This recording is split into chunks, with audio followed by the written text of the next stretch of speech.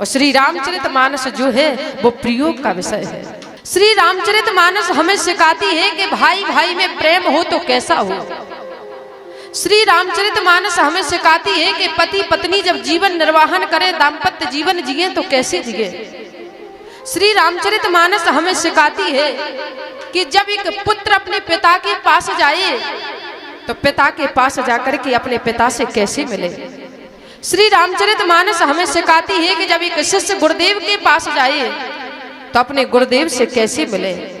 श्री रामचरितमानस हमें सिखाती है कि जब देवरानी जेठानी एक छत के नीचे जीवन निर्वाह करें तो कैसे करें।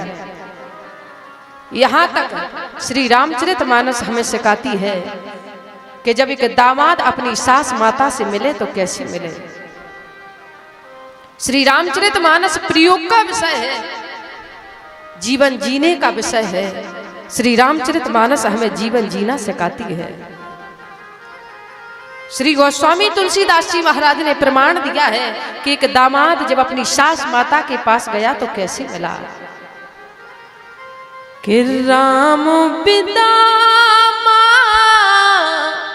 गत कर जोरी,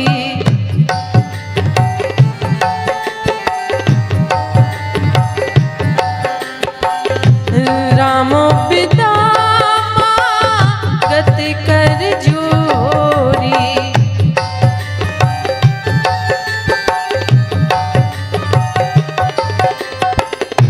राम बिदामा गत कर जोरी भैया,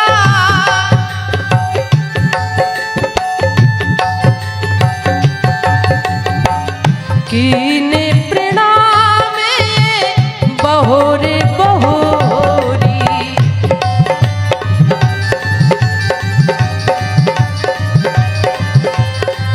कीने प्रणाम बहोरे बहोरी, कीने प्रणाम बहोरे बहोरी।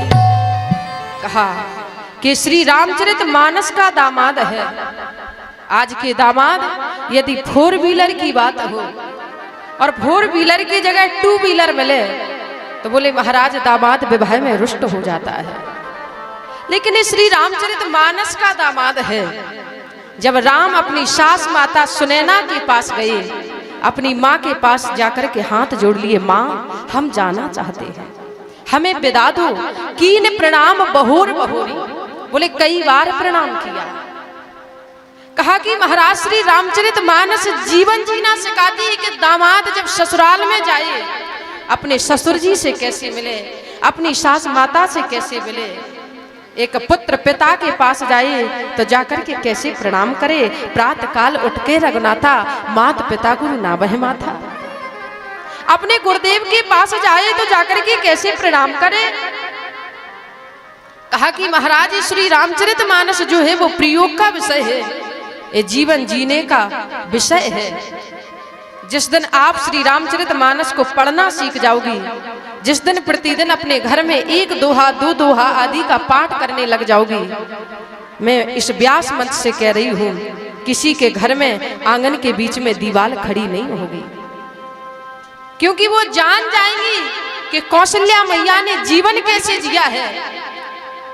जिन मैया कैकेयी ने राम के लिए 14 वर्ष का वनवास मांग लिया, उन मैया कौशल्या ने कह दिया, राम अगर अकेले पिता ने कहा हो तो मत जाओ वन। बोले नहीं माँ, केवल पिता ने नहीं कहा, माँ ने भी कहा। कौन सी मैया ने कहा? बोले मझली मैया कैकेयी ने कहा। तो कह दिया कि जो पित मात कहू बन जाना, तो कानन सत्यवत समाना। यदि माता पिता दोनों ने कहा राम, तो वो वन तुम्हें करोड़ों अयोध्या के समान है। आज की कोई मैया होती तो कह देती, कैकेयी का क्या अधिकार है, तुम मेरे पुत्र हो, मेरे कोख से तुमने जन्म लिया है, मेरे गर्भ से राम तुमने जन्म लिया है और मेरा आदेश है कि मत जाओ वन। लेकिन नहीं महाराज, सौतेली माँ का अधिकार सगी माँ से कई गुना ज्यादा होता है। राम यदि माँ ने भी कहा है तो जरूर बन जाओ। जो पितमात कहियो बन जाना, तू कानन सत अवध समाना।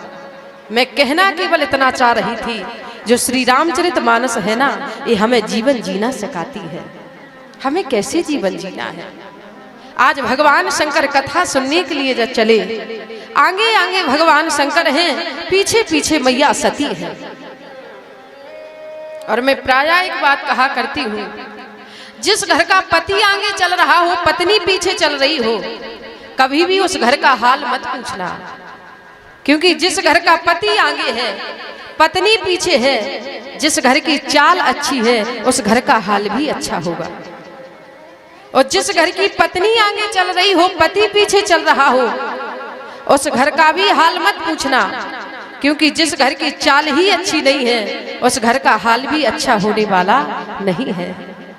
व्यक्ति की चाल बताती है कि व्यक्ति कैसा है, व्यक्ति के बोलने का ढंग बताता है कि व्यक्ति कैसा है।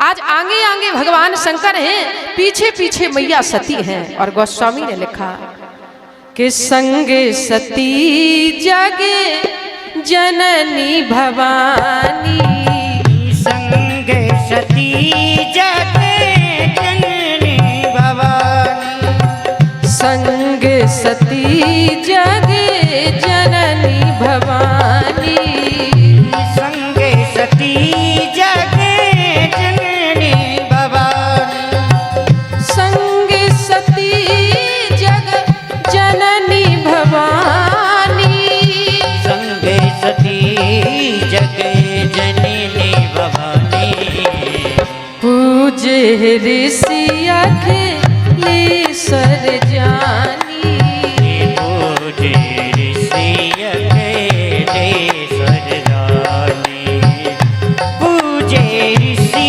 अखिलेश्वर जानी।